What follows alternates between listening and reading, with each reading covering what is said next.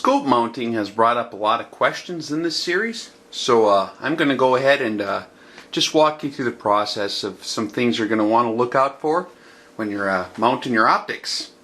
We'll discuss this as we go.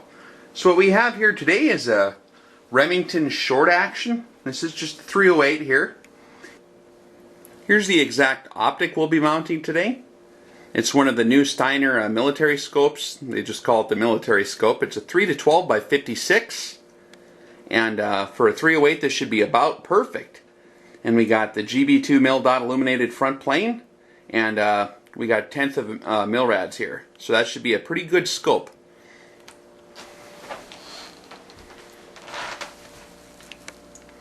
We're using TPS 20-minute base here. This is for Remington short action. This is a one-piece base, and it's the steel version. And we're also using TPS 34mm medium height rings, and there's the specs on those. And that's what we'll be using for the rings today. Of course, you're going to want your tools. You're going to want a little bit of Loctite. You're going to want a screwdriver with the proper fitting head here, so that we don't bung up our screws too bad when we start taking them down. And some guys use torque wrenches, but we're not going to use a torque wrench today, and we'll talk about this. Okay, so one of the first things we're going to want to do is go ahead and mount our skull mount here. So we got to remove the screws that came from the factory. This is a brand new rifle. We'll want to carefully get these out of here so we don't bung it up. These are tiny little screws. These are 6x40 screws, which is pretty much kind of standard. And a lot of guys like to switch over to the 8x40 screws. They're a bit beefier. And I got this ratcheting the wrong way. There we go. And the 8x40 screws will have a lot better strength on them. You're going to want to keep these in a little bag once you get them out so you don't lose them. You might want them in the future. And these are basically just protecting the threads. They're so short that there's not really, they're not meant to be used for the mounting. But you're keeping your threads from corroding before you get your scope mounted in there. Now, I actually do prefer the little bit bigger screws, the 8x40 screws, if a guy has time to go ahead and do that. And if I was going to use this rifle, if I was anticipating some hardcore field conditions, really slamming this thing around like a full-on tactical battle rifle, I would probably take her down to the shop and install and retap these screws here and get the 8x40 screws. But for our purposes today, and for my wife's rifle, we're going to take good care of this thing. It's going to be kind of a target rifle, so I'm not too worried about it. The 6x40s work fine. Unless you really, really hit it hard, this will work just fine.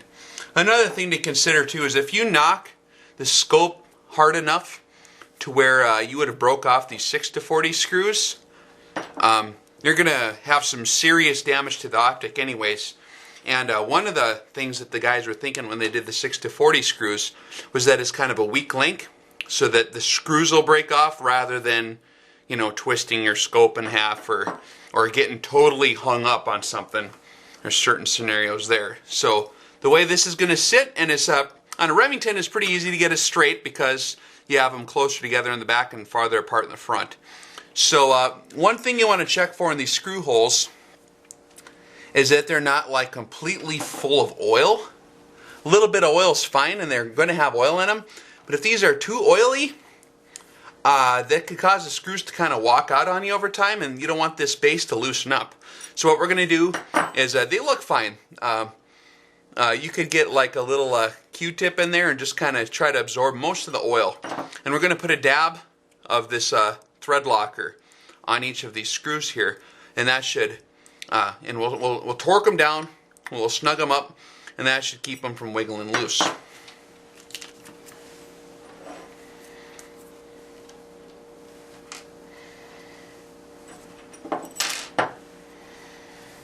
So we'll just lay this on here like so. Nice thing about the one-piece bases over some of the others is that it's extremely difficult, or pretty much impossible, to get the front misaligned from the back. If you have two-piece bases, sometimes it doesn't always square up. So I just put a drop of that thread locker on here, and there we go. We're just going to go ahead and snug them up by hand real quick first before we put any kind of torquage on them. So I don't know if you can see this here. Hopefully you can. I'm just putting like just touching the threads, and that's more than plenty. This stuff's kind of runny too. And I'm going to go through and clean up whatever I spill over before it dries up sets up too bad.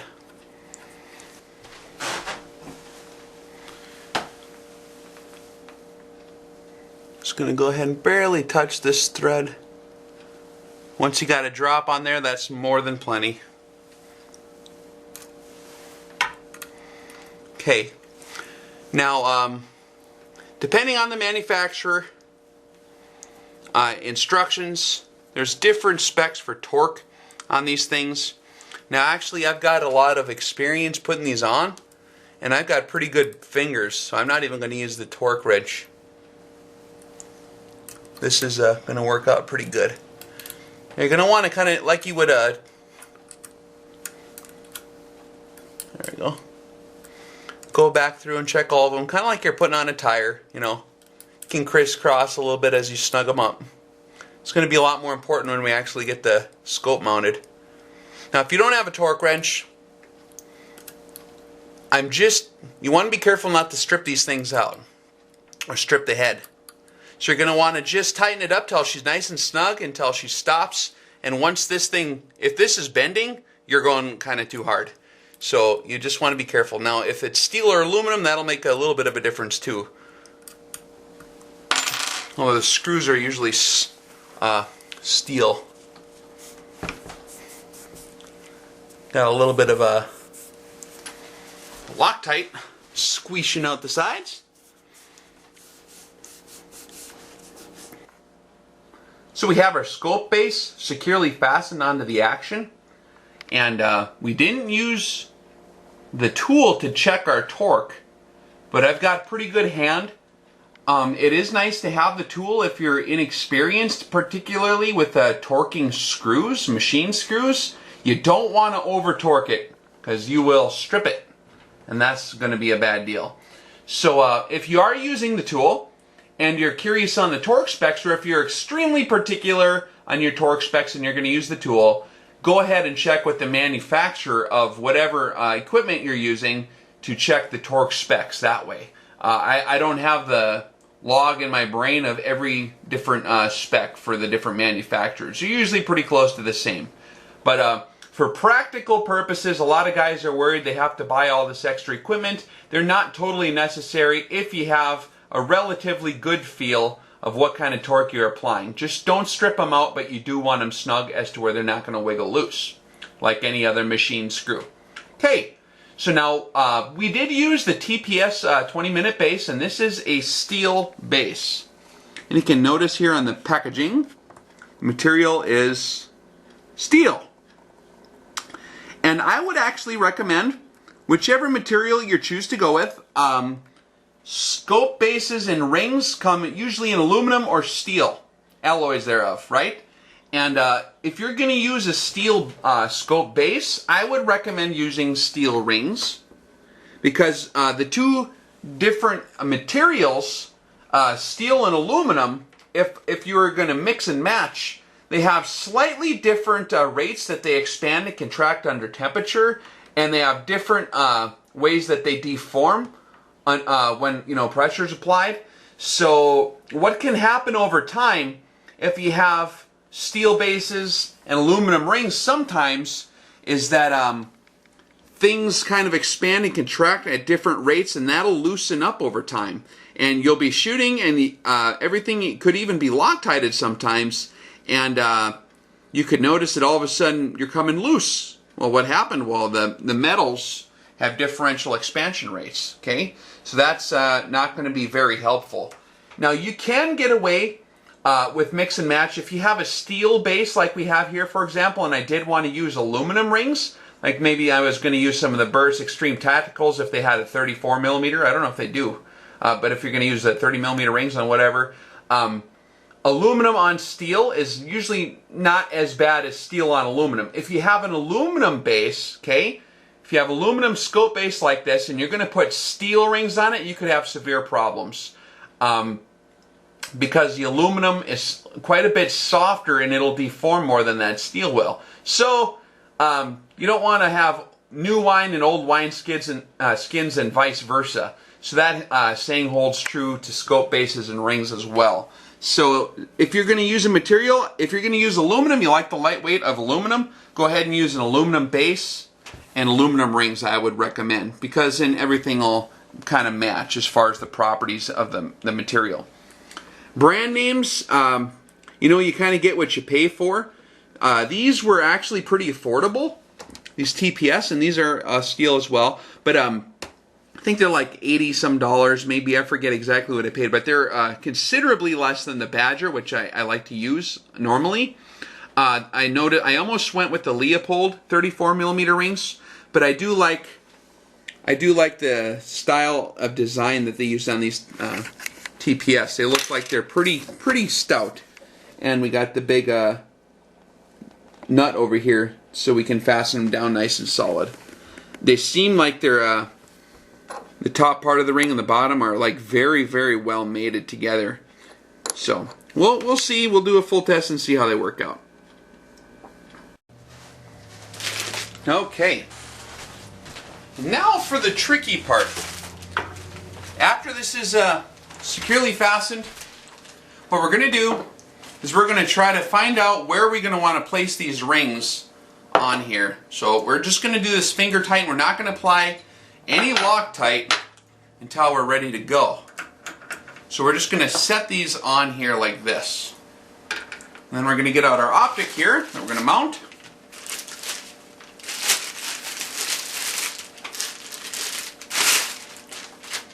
And we're going to just carefully set this on here and see kind of where we're at.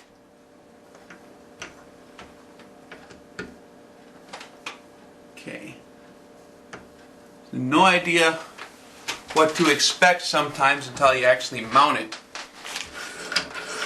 So one thing you do want to watch out for is sometimes if you go with too low of a ring, and that's kind of a tricky part to doing this, is ordering your proper ring height. I like to get it relatively close to the barrel if I can help it.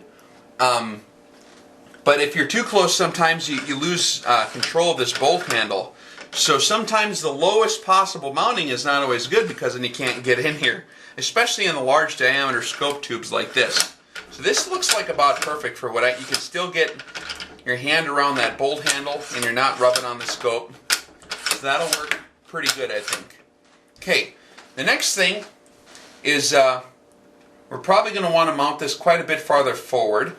And the only way to really know about this is to kind of get behind the rifle. And normally I think these are, it depends on what kind of base we're using, but I put this far as forward as possible. And we got a lot of room to work with on this particular scope. Some are tighter fitting. You don't have as much room here and here, so you are more limited in where your options are. But you're going to want to have your rings spaced apart as far as you possibly can and still have the scope properly oriented as far as forward and backwards. That'll just give you, if it's too close together, any kind of sideways torque on the front or the back, you're going to have a lot more leverage, like a lever, and you could twist something out of whack or dent something. But if you have a farther apart spacing, that's going to give you a lot more sturdy of a mount. So I'm just going to kind of sort of get behind this and see where in the world we're at here. Going to get some cheek weld. Well, that's almost perfect right there. Okay. So actually, it looks like For the bottom parts of the rings, we're not going to do anything up here yet. We're going to remove the optic. That's about in the general idea, or that's in the general idea. That's about the general area we want to put these. So I got these placed as far apart as I can get them with it still mounting the scope. Now what we're going to want to do is with the scope off, and we're going to want to go ahead and mount these to this before we do anything else.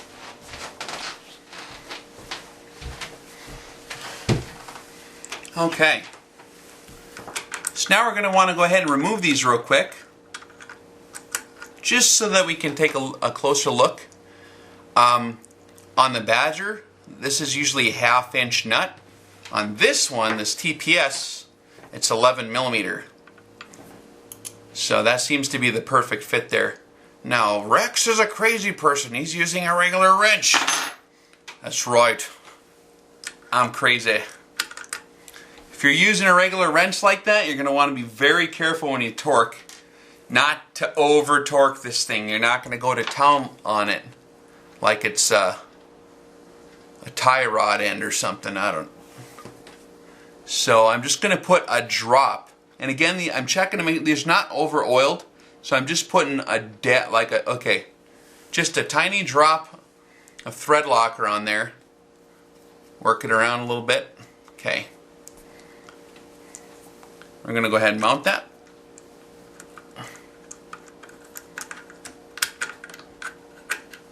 Okay. You're going to want to wiggle it as you kind of finger tighten it at first. Make sure it's like seated in there, and you're going to feel it kind of settle in.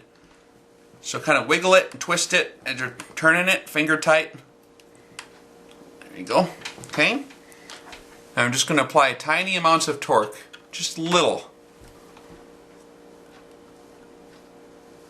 Okay.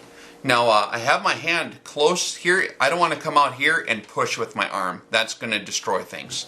So if you're using a wrench like this, and I'm trying to show you guys how to do this with household tools because a lot of you are going to try to do it that way. So just on the inside, finger tight. I'm going to go pretty snug, but I'm not going to get any kind of leverage advantage because that's going to be counterproductive. It'll snap it right off. Now this is pretty heavy duty steel mount, so I could probably torque it pretty ridiculously if I wanted to. But especially if you're using one of the aluminum setups, just be careful. Okay, so that's securely mounted.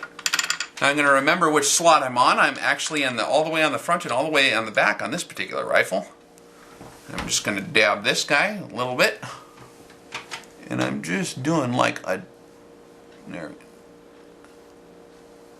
Not even really pulling it. There, well, that's more than plenty. Might have some leakage coming out. I'm just going to dab that before I mount it. Get some of the excess off. Okay, cool. And which way do these nuts point? Right or left? Well, that's kind of up to you. I like to point them this way, I guess. Let's keep them out of the way of the other stuff, the other controls over here. Same thing, I'm kind of wiggling it as I tighten it. And like I said, aluminum's going to be squishier, so it's going to have a different feel. But this, there we go. Alright, she's pretty snug, it's finger snug. Same thing. Just a tiny bit. Make sure I'm seated. Now, that's plenty. More than plenty. Okay, cool. Alright. Now the next step is kind of a tricky one. And this is the hard part, actually. You want to be careful because we're using steel rings. These got sharp corners. And we got a high dollar optic here. We don't want to scratch stuff if we don't have to. So I'm trying to remember kind of how I had this mounted in here. So what we're going to do is we're just going to lay this in.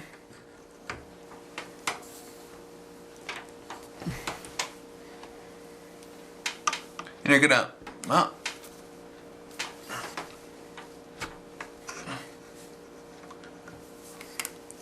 trying to get as square as you can before you put it in.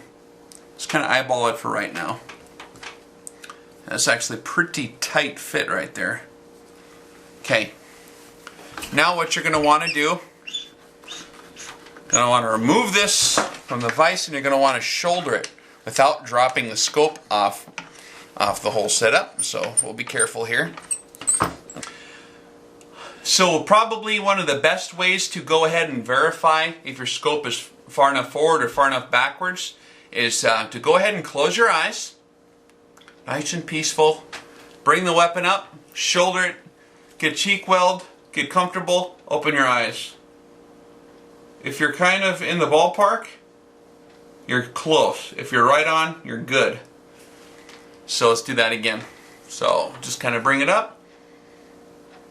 Now if I have to jack my head around trying to get good sight picture here, or good cheek weld, then something's not correct.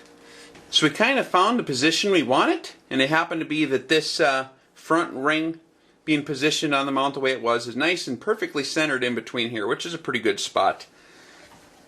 Watch the back carefully, that this isn't too close to your power ring if you have one. If that's too close, this thing does move out when you turn it. If that's like rubbing on there, you might not have your power adjustment. So you want to have a little bit of space in between this rear ring and your power adjustment. And we got plenty here, almost a ½ inch it looks like, so that'll work pretty good. So the next part is the kind of tricky part, and there's a lot of fancy tools that guys use to accomplish this. I've never had the need for the tools. If you have a pretty good eye for things like this, you should be able to get it squared away in short order. But that's getting everything oriented so that your scope crossers are not canted this way or this way, okay? So you're going to want to make sure this is level with this. And on this particular optic it should be easy because I got two big knobs here that are kind of natural reference points. So I'm just going to kind of loosen this up, and I'm going to... Now I think this is going to be a pretty tight fit once they get it in here, so it's going to be very difficult to adjust actually once I start torquing it down. So I want to get it pretty close. So I'm just kind of eyeballing it for right now to get her in the ballpark. Should be relatively close. Okay. Now I'm just going to lay this on here. I'm going to lay this on here.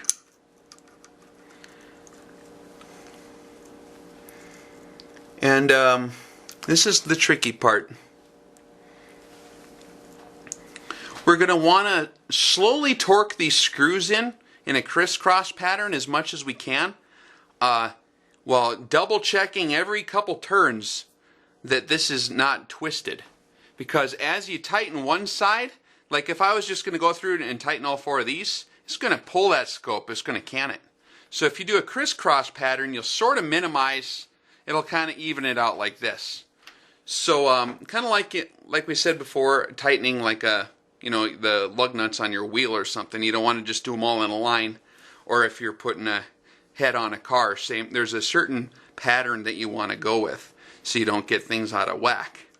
And another thing you're going to want to be careful of too here is, give me a sec.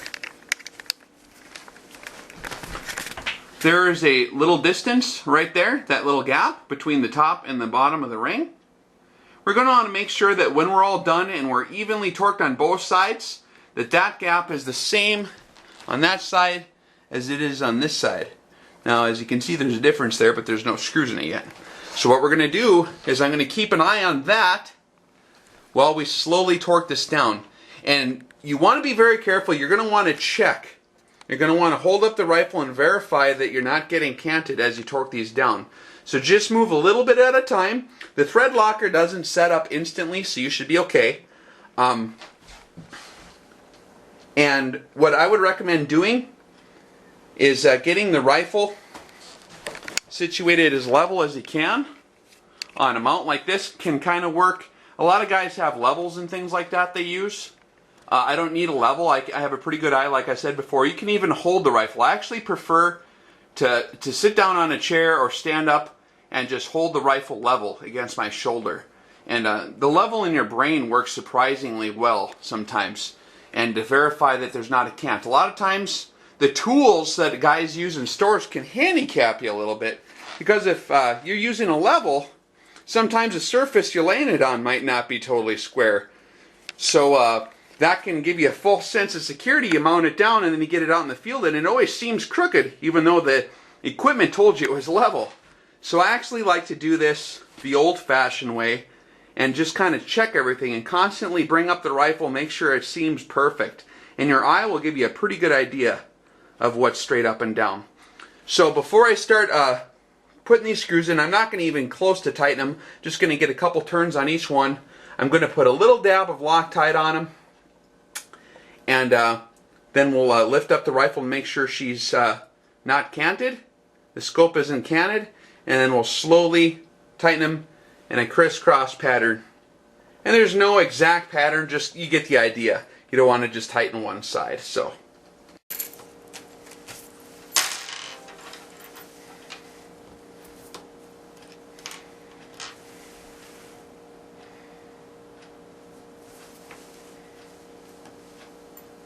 That's more than enough Loctite for two. No? Just going to go ahead and drop that little one in there. This little one in.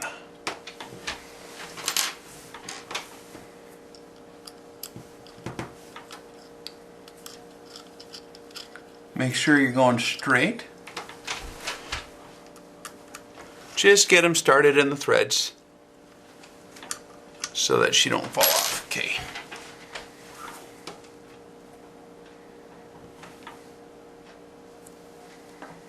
You can usually share a drop between two of these screws. That's more than plenty.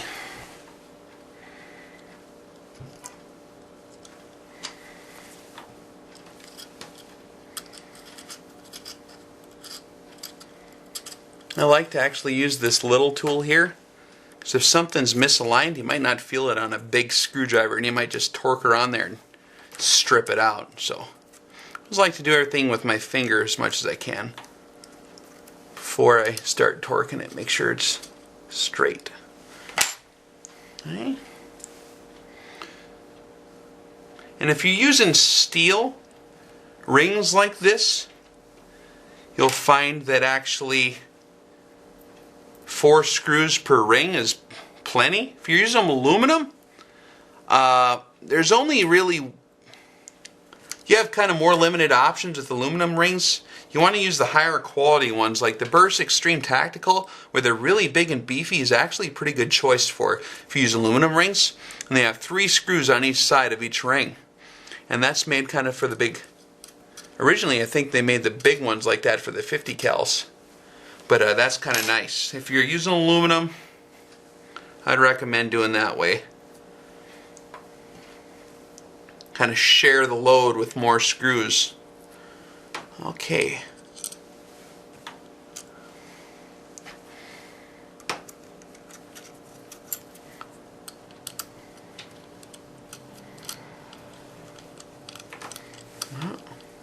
This one's a little crooked.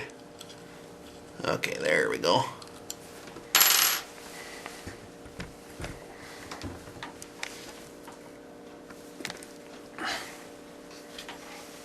So let's sneak this in here. Okay, now I'm going to go ahead and check for Kant. I'm holding the rifle pretty level here. Wow, I'm pretty good.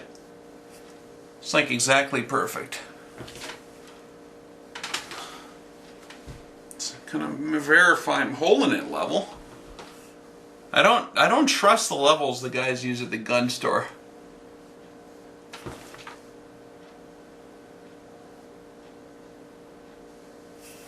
It might be tilted just a tiny bit this way. So making sure everything's, and it's kind of easy to tell on this particular stock. It's kind of a square stock. Yeah, that's perfect. So we got lucky there. We got her placed in good. Now, if it wasn't perfect, I would just carefully grab on here, and I would carefully, while these are totally loose, you want to verify they're loose, just torque it. And you want to get a lot of grab on it before you start moving, and then use discretion, be careful. And just torque it until you get it perfectly level. Yep, we're good. Cool. So, I'll show you how to go ahead and do the crisscross pattern.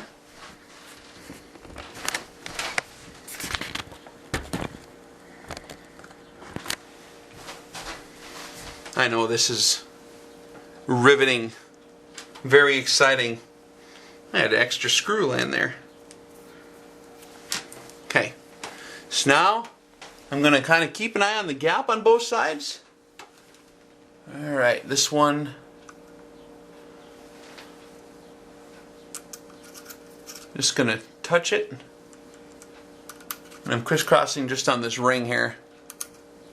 I'm going to loosen that up. Because I got the gap is closed up over here, so I'm loosening that.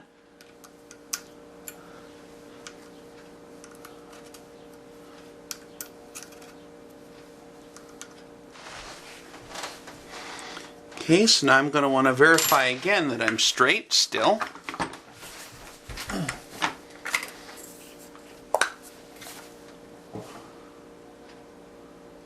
It did move a tiny bit, but I think we're okay. We'll keep that in mind when we adjust it a little more here. Okay, so now the front. Now what I'm doing is I'm looking at the gap here again. Okay, just going to slightly snug that.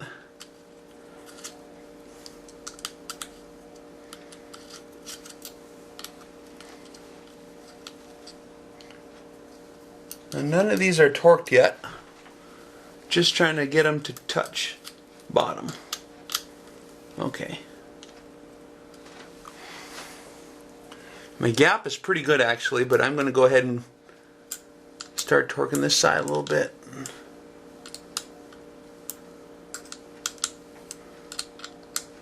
Okay. Before I get too far, check the Kant.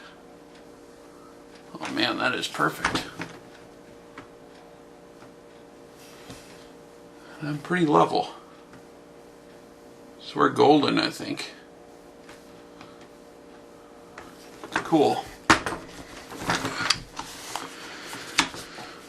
Okay.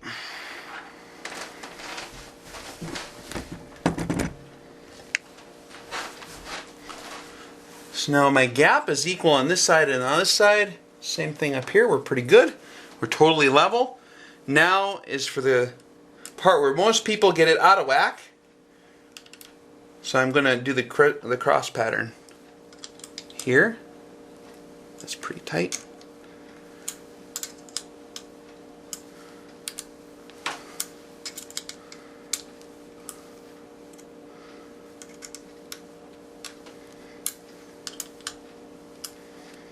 Okay, double check.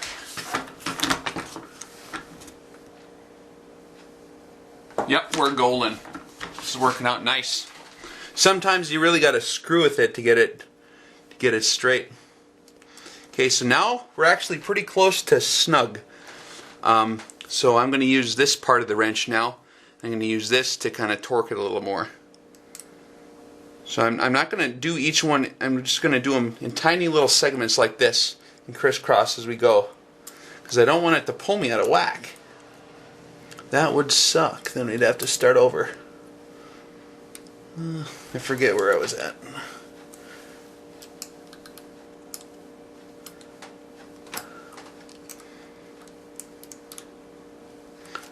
And on these, a lot of times you'll go through the whole pattern. I'll double check, make sure I'm still good. We're golden. You go through the whole pattern and you'll come back through and you'll notice one is a lot looser than it was. So, there. Because these will pick up the slack for each other.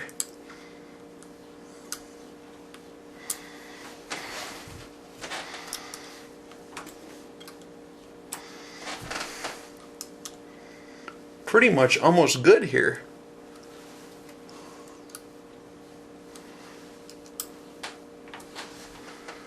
Alright, that should be good. It's pretty tight now. It's beyond straightening, so Let's go ahead and give her the final torque. The tool is kind of nice to have if you're going to be doing this a lot. Just use your good sense if you're just going to use this. Let your brain be the torque sensing device. Some guys have this ability to like strip every single screw they come across in their life. And that's kind of funny. I think they'd figure it out after a while, but some guys maybe just don't got that feel for it, you know. That's okay though.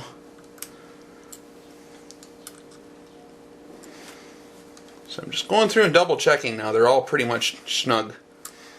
And again, I'm going to be careful not to strip them. So I could come back here, I could get some more turn out of it. But once this starts to bend, like there's a little bend to it, that's plenty snug actually. So I'm just going to, as snug as I can get it, about halfway like this. Never take advantage of the full leverage of the deal when you're doing scope screws. Unless you got some mega heavy duty screws or something that you did. I think we're good, dude. One final verification.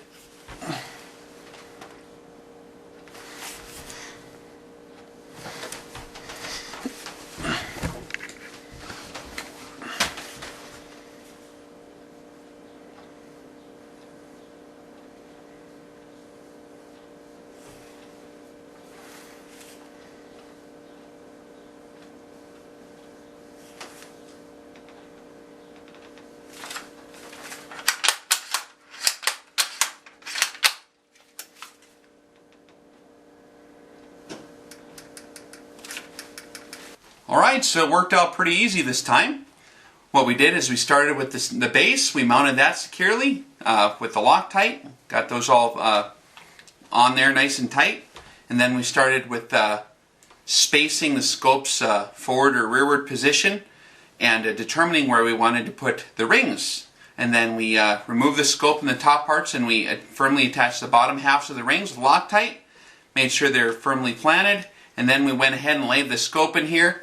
Made sure that our cant was as close as we could get it, and then we carefully laid these on and started doing a gentle crisscross pattern, watching for the gap on all the different sides between the top and the bottom half of the scopes to make sure we're basically even. And we also kind of went in the crisscross pattern as we snugged it, and always checking to make sure we weren't torquing our cant. So this worked out pretty nice. Now this is a little higher than some guys would probably like their scope being mounted. And the way you want to determine your scope height is kind of the same way we kind of determined how far forward you want it mounted. And that's basically you're going to shoulder the rifle, get good cheek weld, and then with your eyes closed, and then go ahead and just open your eyes, and you should have perfect sight picture. If the scope's like above where you're at, that's not going to be good. You can either adjust a cheek piece if you have one equipped on your rifle. If your rifle doesn't have a cheek piece, then you're going to have to get shorter rings or taller rings to make sure you want to shoulder that rifle. Here's a rifle right here. You're going to want to shoulder that rifle with your eyes closed, open it up, and you'll be right on sight. That's kind of the goal. That's the best way to check to see if you have your scope positioned correctly. That's also going to tremendously help you out for engaging moving targets and for just target acquisition in general. If your scope is improperly mounted for you and for the fit of how you shoulder the rifle, you're going to have a heck of a time tracking moving targets, and you're going to even have a heck of a time just getting behind there and seeing anything. So you do want it to kind of fit you. So make sure that your stock is adjusted appropriately if you can do that. If not, you're going to have to do your adjusting by the size or the height of your rings. Alright, so that was the last video I wanted to do before we start getting into actually doing our ballistics tables. I wanted to make sure that you guys had your scopes kind of properly situated before we get too far into actually shooting these rifles a lot and starting to keep track of all our ballistics and stuff, because that's important to make sure your scope is mounted properly. I should have probably done that in the optics section. But our next video is going to get into, it's the last topic of internal ballistics, and it's where we're going to start building our some of our ballistic tables and our charts. and it has to do with muzzle velocity variation. And this is a very, very important video, the next one I'm going to do. And no matter which system you're going to use, whether you're going to use totally computer-operated ballistic system like one of the Kestrel horse type setups, or if you're going to use your phone or whatever kind of ballistic software you're going to use, or if you're going to use charts, this next chart is something you're still going to have in your position, because your muzzle velocity will vary with ammo temperature significantly and other factors. So we're going to show you how to deal with that, how to maintain consistent ammo temperatures, and how to keep all that stuff situated in the field so that you can effectively anticipate your actual muzzle velocity when you lay down and start shooting, so that you can dial in the correct dope for the appropriate speed that your bullet's going to be exiting. So let me go ahead and try to make that video for you, and we'll upload that too.